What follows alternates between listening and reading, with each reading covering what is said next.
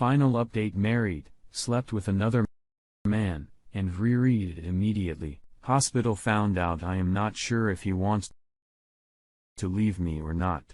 But I am willing to do anything to fix it. Before we get started, make sure to subscribe so you will never miss a video. So let's get started.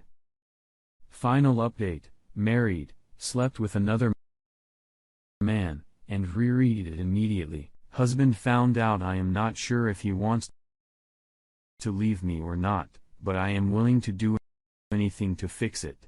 There was an era of uncertainty above all hope. I was illustrating in my update 11 months ago. Because we've all read relationships of Reddits, I am aware how few marriages make it after one of the partners cheats, even if reconciliation is attempted. We had a huge fight at some point unrelated to my infidelity, and once it was done and we said our stories, I realized he never once mentioned the event. My affair, to get the upper hand and me during the fight or after.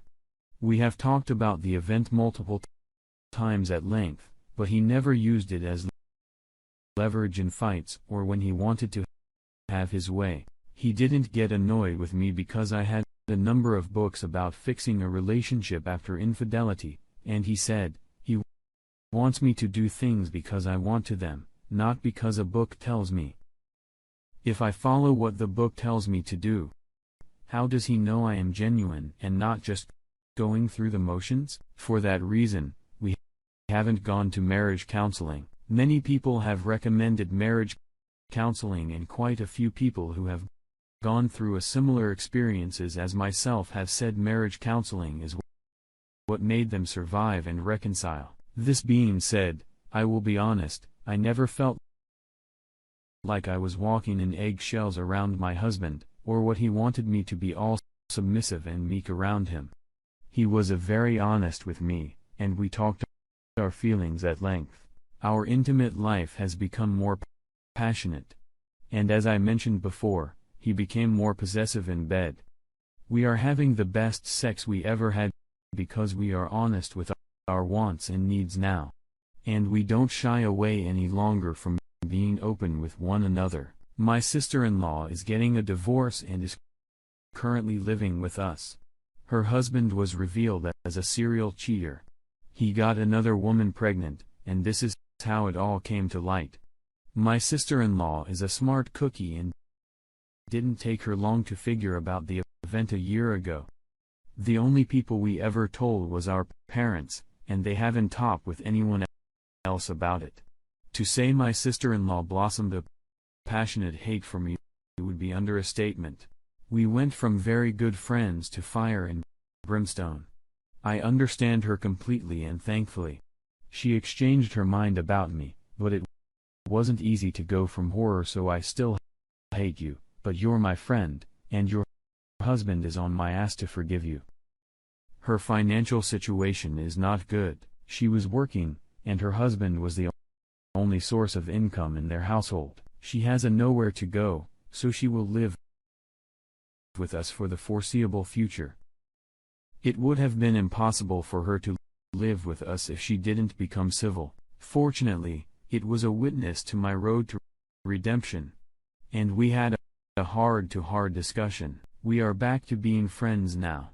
3 months ago, out of nowhere, completely unexpected and planned, I found out I am pregnant.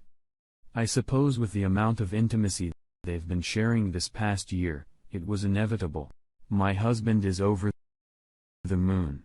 My kids, not so thrilled, but the idea they will have a baby brother, a sister, is growing in them. My son was told by friends at school that we, his parents, will now only have time for the baby and will ignore him, and will stop loving him. My husband told me that there seems to be challenges ahead of us bigger than the event going forward, and how we handle them is going to define us in the eyes of our children. I think my son took the teasing of school harder than expected because a year ago, when my husband moved back home, we had our kids stay with his parents, or my parents, for about a month. While we worked our wishes out, we expected we will fight or yell at each other or knows what, and we didn't want our children to witness that. Thankfully, none of that came to fruit, but my son took that month hard, not seeing us as much as he was used to. Kids at school told him we are divorcing. This is something we do go to therapy for as a family, and it has helped our children immensely. Bottom line is, after many heart-to-heart talks, it is clear to both my husband and I we are not having another baby to fix our marriage. We didn't plan for it, but the baby will be here in less than 6 months. A point I don't really want to talk about, but I have been asked to death about any requests for updates as the other man, and what happened to him. I mentioned how my husband contacted his firm's HR, sent a letter and told me everything was handled. All I know is that he is not working in my building anymore, be it because he was fired or transferred somewhere else. My husband said that the other man tried to blackmail me, and because the blackmail didn't work, he messaged my husband with evidence of our affair. His firm would not be happy with one of their employees being involved with blackmail, even low-level blackmail. To be honest, I do really care what happened to the other man and haven't made any effort to find out. I am home alone today, so I will lurk in Reddit and answer your questions if there were any for a few hours.